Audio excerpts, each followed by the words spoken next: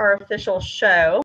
So welcome. I'm glad we've got a few people watching via the Blab link who are not signed in through Twitter, but we've got BT Pharmacy, and I don't know your first name, but welcome. Glad to have you. And Jenna, I know I'll say, first of all, we'll get kicked off by saying Happy Customer Service Week. It is Customer Service Week. I helped celebrate Customer Service Day here in Memphis the other day with an event at Whole Foods and with a speakers panel, and it was a really neat event. Lots of good information, because anybody in business these days knows that you've got to have good customer service, and there's so many different people within a business, whether you're just a sole owner of a business like we are, or if you're a huge corporation. There's so many different people that touch that customer experience nowadays. So Customer Experience Week, I think, is a growing event. This is the 6th year maybe. But so happy Customer Service Week and happy Fall Break. We're celebrating that here in Memphis. And today is voting day. Have you voted yet? I'm voting this afternoon about 3 o'clock with my son. Yes, I will take my son too. It's I encourage everybody in Memphis for sure to get out and vote. And whenever you have the opportunity, wherever you are, definitely speak up, use your voice, and vote. So now on to our topic of the day. Hi, Blair, by the way. I'm sorry? We said hello. We heard from Blair. She's in Jonesboro and says she loves Memphis. We're so glad you're with us. I was just in Arkansas 2 weeks ago. Oh, fantastic. Welcome, Blair. And let us know if you have any questions for us, or if you've had a really good experience supporting a PR campaign or something with social, or if you've had a great PR event or campaign and maybe not supported it with social and have questions about how to better do that. Right. I will ask anybody who can right now to go to the left side of your screen and hit Tell a Little Bird. So it'll tweet out over your account that we are live and on Blab right now. So any of your followers who may want to join can join in too. But we'll start today by talking about social media and branding. Right, Jana? Yes, absolutely. One thing, we talked about this, branding, people usually think always involves advertising. And a lot of it does, and advertising is a great way to brand. But every social media account that you or your company is on is a possibility for branding, and it's free. And so that's what's great about social media, is that these days when somebody wants to find out about your company, the first thing they can do, the most immediate thing they can do, is get on your social media and anywhere in the world and see exactly what you're doing, who you are, how you feel about certain things, and how successful your company is. Right there in itself is your initial PR campaign and the initial opportunity for positive branding. Absolutely. Yeah. And the thing about, so many people want to see, branding is much more than just your logo. Branding is your company identity. Culture. Yeah. Right. And it's what people say about you. It's, what you are known for, what you are, how you behave, how your company culture behaves, whether you're in the spotlight or not. And people really are using online, especially social media sites, and the voice that a business has on social media sites to find out more about that company before they ever engage them in business. Exactly. And so it's just, social media is a wonderful space to use. It also, keeps your brand, as far as your logo and your brand's voice, in front of people. It reminds people that you're there, and it keeps it in front of their eyes. And why wouldn't you do that? It's a no-brainer. But as we've said before, Lisa, the one thing you have to remember, it is a great opportunity, but if you're going to be on social media, you have to be on there, because one thing they don't want to see is that you're not active. Because if you're going to do any of their public relations and you're not active on your own or your own identity, that's going to be a problem. And so you have to make sure that you're active on your own social media for your customers or your clients, to give them a positive feedback on how seriously you take your own identity. Right. Well, and Blair typed in that LinkedIn has been a huge benefit for me as an independent pharmacist. And that's a great example, because LinkedIn is primarily, it's a business platform. It's a social platform, but it not only gives you the opportunity to get your face. And if you are in sales for a company, you know, your face, your relationships, it's all human to human, whether you are business to business or B2C, it's human to human. And you'll see that repeatedly nowadays in articles and posts and blogs. But LinkedIn provides that way to network online, you know, the virtual networking. So you definitely want to be there. The one thing that I'm really enjoying about LinkedIn right now is the platform that they provide to publish. And it's a great place to really reach out. And my advice, if you blog, or if you don't blog, try to start whatever your market is interested in and what's important to them. If you have something to say about that, say it, start a blog. But when you do that blog, instead of putting a link to your blog on LinkedIn, do that too. I'm not saying don't do that, but use that same post, retype it in LinkedIn's publishing platform. Right. And it's just another avenue and another tool for you. I agree.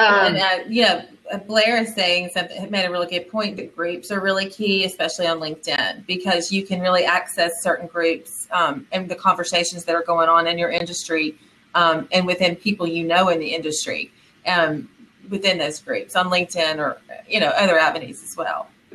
Right. And I will say now LinkedIn is making a lot of changes to their groups. So if you are not, if you are not working with a social media pro, that's one of the things that I do for my clients is stay up to date on all the changes that are coming down the turnpike. But LinkedIn there's a lot of group changes coming out, and not only to emails that are sent out, but the way groups are going to be seen, the way you're going to be able to access groups. I kind of got onto LinkedIn the other day on Twitter because they sent out an email, and I've seen things about these changes coming, but then I got an email specifically the other day about the changes, and it cited their app, and there is going to be a LinkedIn Groups app. Well, great. I think that's wonderful. But I went to, and it's iOS. I went to the App Store to get the app to start utilizing it and couldn't find it. That's your head phone. I know, home phone, and that's all right. We'll just turn that off. And I went to find it, and it's not there. And I thought, am I typing in something wrong? What's going on here? And so I tweeted out to them and asked them, is it really there? What's it called? How can I, basically, how can I find this? All condensed in less than 140 characters, of course. But they tweeted back, which is great customer service. So kudos to them for staying on top of it. But it's not there yet. Oh, okay. And instead of it saying that in the email and leading people to believe that it's set up, it's there, let's run with it, more changes are coming, it specifically said the iOS app was there, Android app is coming soon. Well, truth of the matter is neither one of them are set up yet. And so, I just said, well, I would have set that up before sending out the email. Yeah. Well, eventually, you have to have when they make that change, I think it'll be great. I agree. Connie, thanks for joining us. I just thought where she came on board. And then Blair had a question about, I think what you referenced earlier about posting on LinkedIn, if it would it not compete with SEO if you post the same blog post? And I'll tell you, Blair, I'm not an SEO expert, but I don't think so. If there is an SEO expert out there, I would love to hear that answer myself. Yeah. As far as I'm aware, because, when I publish under my company's LinkedIn page. Mm-hmm. Okay. I take that back. I publish under my personal LinkedIn account. Right. So therefore, it's not necessarily tied in to my company's website. Okay. However, when I will link to the blog post on my website, therefore still driving traffic back to the website. Okay. So it's really two different avenues. And as far as I know, like I said, I'm no SEO expert. It won't have a conflict. They're not.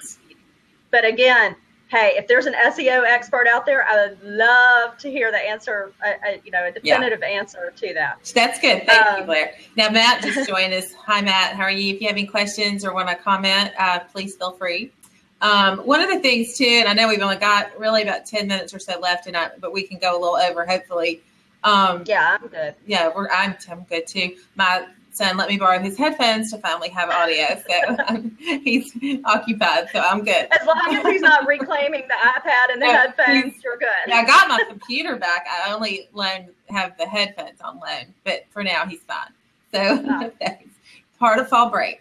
But anyway, no, I mean, I think, like we said, and just in general, kind of back to what we originally started out with, that social media is your free method to branding your company. And as we also said, you're really branding and out there doing your own PR but before you even realize, that people see you. The first thing people do is go and look at your social media before they ever even contact you a lot of times. So everything you do is out there for people to see. So do it right. And also, don't, as we said, have any social media and don't visit it often. And don't, post. You have to be active. Right. Yeah, and you want to do more than just post. Part of being active is listening, and it's engaging too. So it's because I see company after company that just pushes information out, and all it is just post, but yet there's no interactive component. Nobody's retweeting, nobody's favoriting, they're not thanking anybody, they're not talking to their followers.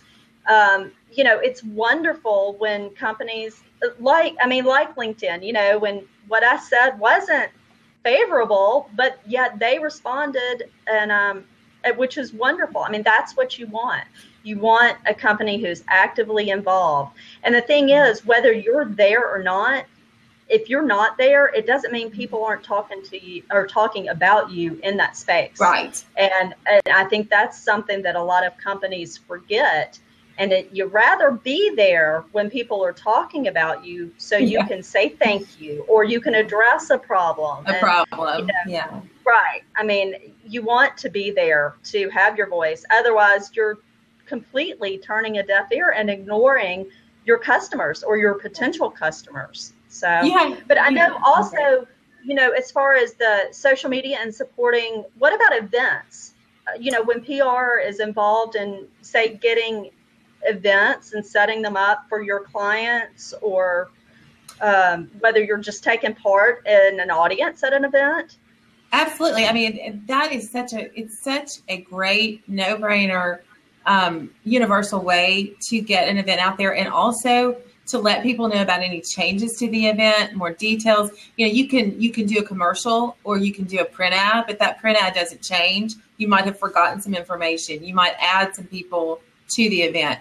That is so social media is your perfect and your free outlet to get all kinds of information. And also, like you said, to tag other people in the event who you either want to participate or who are participating. And so that can grow that exponentially on all kinds of, in all kinds of ways. The social media to me is the perfect outlet for event planning and events, just trying to get the word out about an event.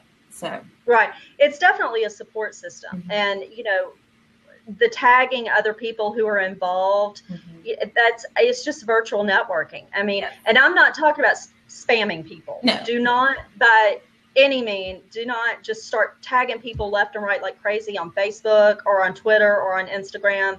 I don't know one person that enjoys that. No, I don't either. Especially if you don't have a relationship built with that person.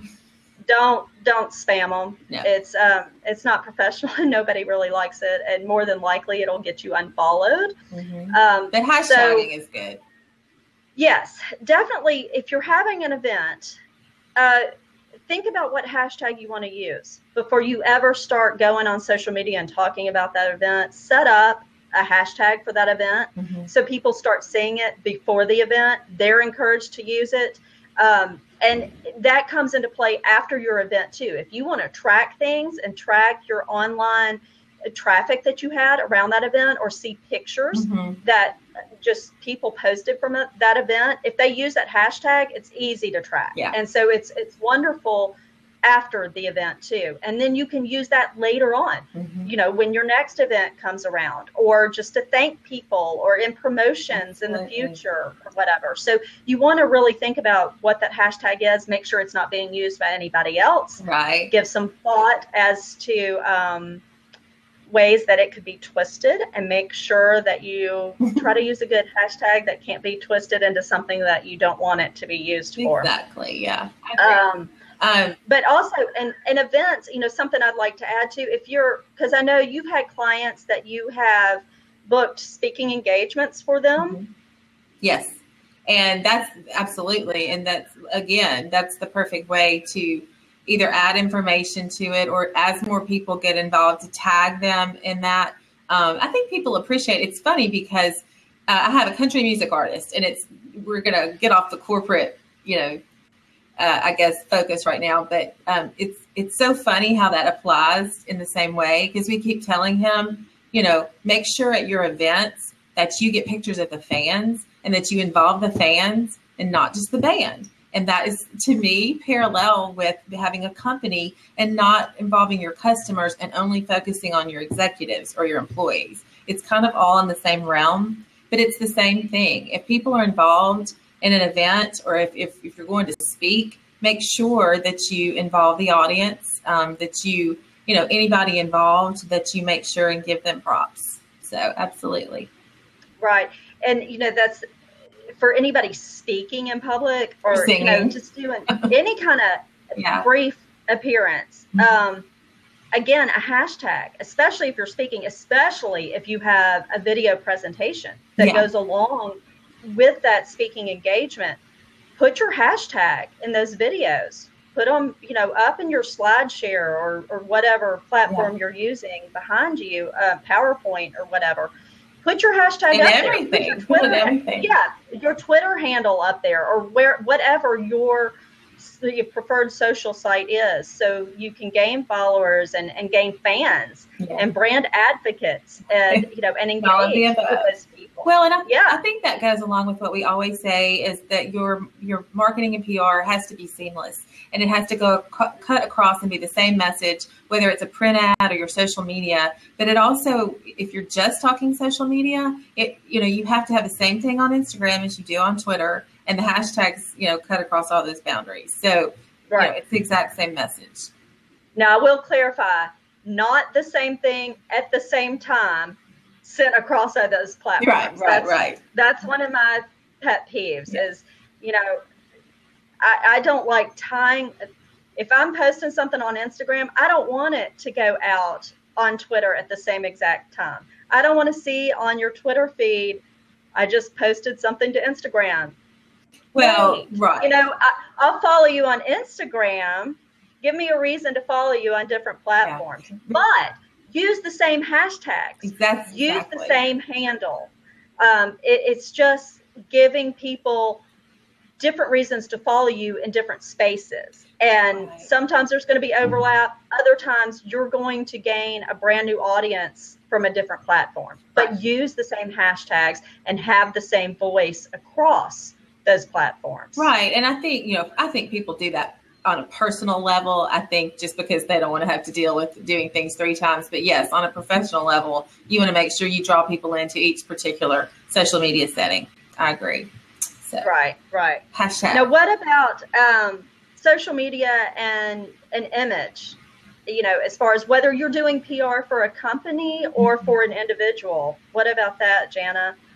Image is everything, and image is everything PR. And, you know, whether it's a corporate executive, whether it's your company, you have to constantly be aware and be focused on what image you're portraying.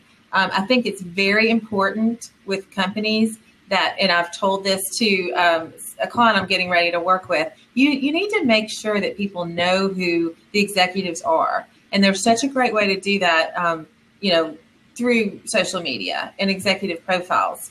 But make sure you personalize those people to an extent, or at least, let people know who they are, what they stand for, what their role is in the company.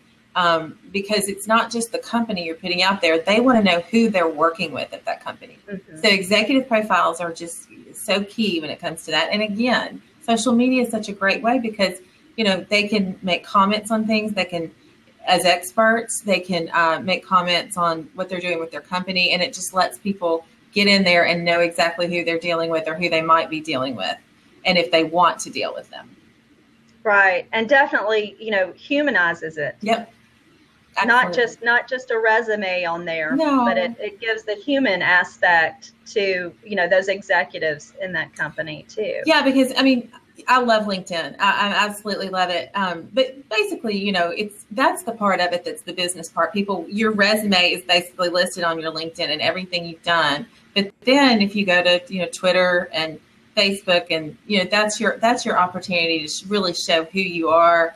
And personalize yourself. And like you said, not just a resume, right, but what you're doing now, how you feel about it, like I said, in the industry. So it's a great way on a day-to-day or week-by-week basis to let everybody know, who they're potentially working with, right, with that company. What about some don'ts? Have you seen anything that you have as a good example about what not to do? Yes.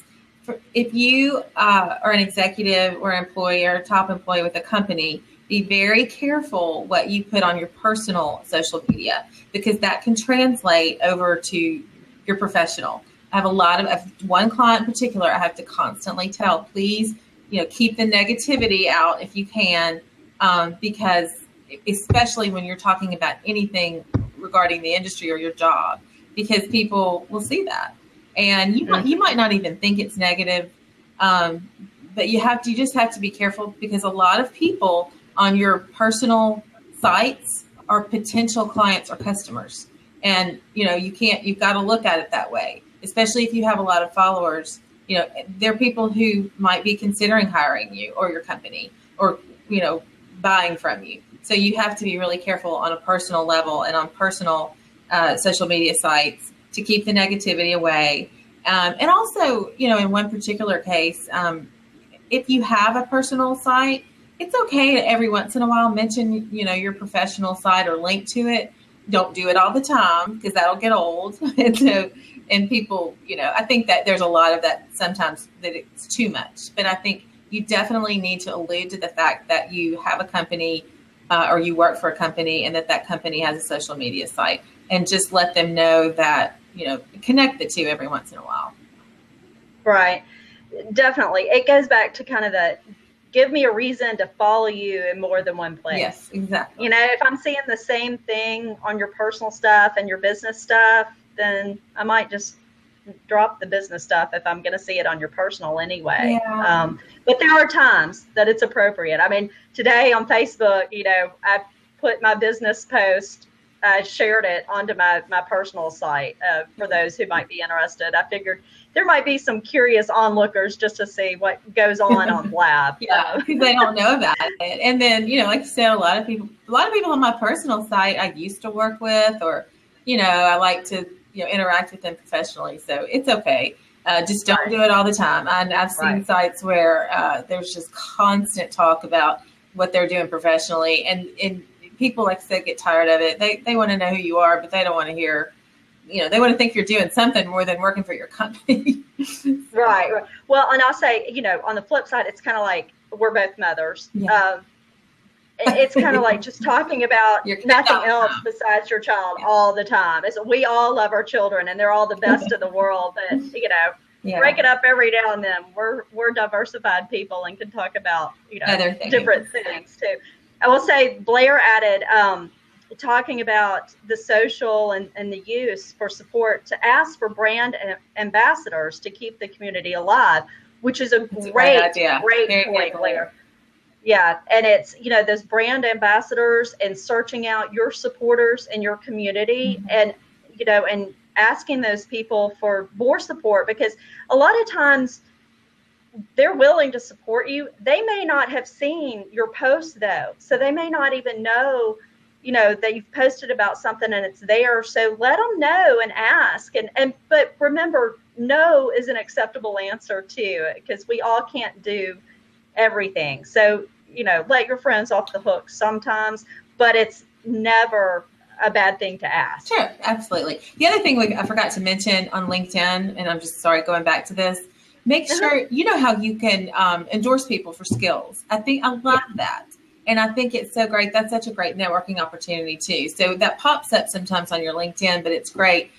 Always endorse people. They'll endorse you. And then people can really see what you've done and who likes what you've done and who thinks that you are capable of doing it. And so that's another thing I forgot to mention. Well, and I'll add to that too, the endorsements, a lot of times people will use them to kind of remind somebody, hey, I'm still around. Don't forget about me. You know, if you endorse somebody, it does, because there's people that maybe I haven't heard from in a while and I've lost contact with, but I'll get endorsed for something, when I used to work with them. And I'm like, oh, yeah, hey, and it kind of reminds me, oh, they're there and look what they're doing now. And I like that. And it's great. It's a great use of that tool. Also, furthermore, past the endorsements, which those are easy. LinkedIn has made that so easy to do by just hitting the button.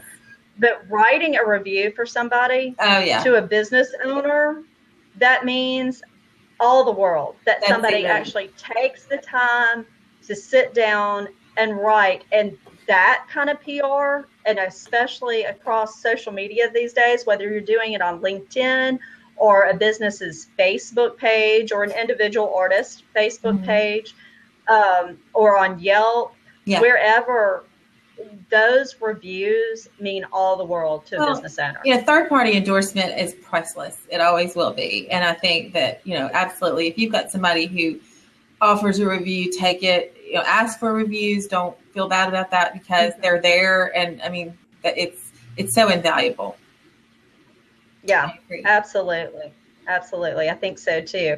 So at this point, I'm looking to see if there's any more questions.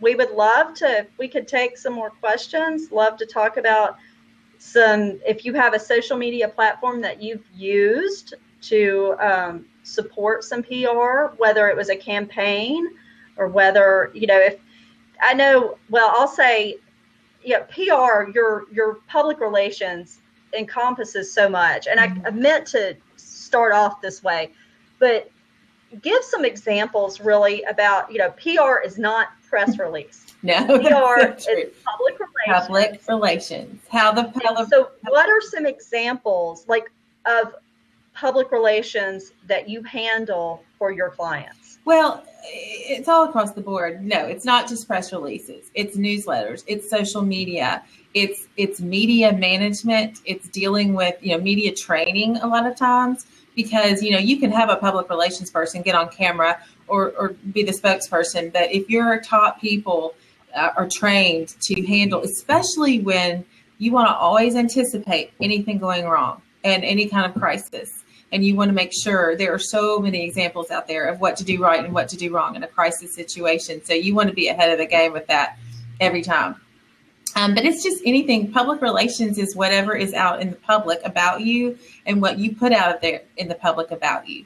And that can go, social media, the 6 o'clock news, the newspaper, it cuts across the board. And if you send out a press release, that's great. But you better not just send out that press release. I had a situation a couple of weeks ago where someone, kind of a counterpart sent out a press release, didn't really follow up, and there was not a good turnout at the event. That's the other thing. You have to follow up. It's not just about pushing a button, writing a press release. You have to have those individual relationships with the media, because they're your, number one key a lot of times with any kind of public relations. Right. And Blair brings up something I know you do as part of your PR too, but booking speaking engagements for clients. just getting that client in front of the public. Anything to do that, whether it's a speaking engagement, whether it's an interview with the media, whether it's a story or a nomination for an award. Right. I think it depends. I mean, I know some clients, it depends on the nature of the client. Some clients have people who book them, solely do nothing but booking, and you just need to make sure and monitor that. But yeah, absolutely. Anytime you can get a client. The other thing, too, is I recently booked a client to do an article in a magazine. And I think that's great because that's not buying an ad. That's the magazine saying this person we consider an expert on this topic. And there again, that's invaluable. Like I said, I think third-party endorsement by the media, by an organization, by an event is just priceless. You can't really put a price tag on that. Right. And a way to support that, when you do get an article written by a client and you make that connection with the media, and so you get that support, make sure after that article is published, that you talk about it in wherever that person's social space is, that it's talked about, and using their hashtag. And you want to that's what I love, being able to support anything that is hard PR or hard advertising with social, and whether that's an article, a billboard, a print ad in a magazine or newspaper, a mail out, a flyer, or, whatever it Tie is. It back in. Yes.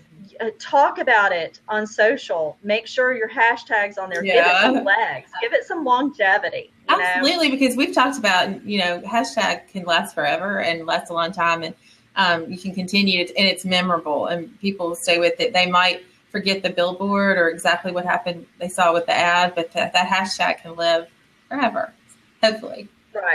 Right. Absolutely. All right. Well, if you don't have anything else to add. Good. It's been fun. Thank you. And I will say hello to Pizza on the Cheap. I don't know a first name there. He kind of jumped in. But if I'm going to give one more chance for any last minute questions or comments. If we don't get any, then we're going to sign off for today, and we'll be back next week, 12:30 Thursday, for Blabbing Business. And if you ever have questions in between Thursdays, let us know. You can reach me on Twitter for sure and ask questions or leave comments. You never know when you might inspire a future topic. We would love that. So anyway. You can also reach me at HerbComm, HerbComm. So we'd love to hear from you. And we thank y'all so much. And thanks for the comment. We're glad you enjoyed it. We're here and we'll be back. So thanks. All right. Thanks. Bye, Jana. Talk to you soon. Have a good one. I see we have an Arkansas fan too. All right. Hey, y'all beat us. So. Bye. Bye.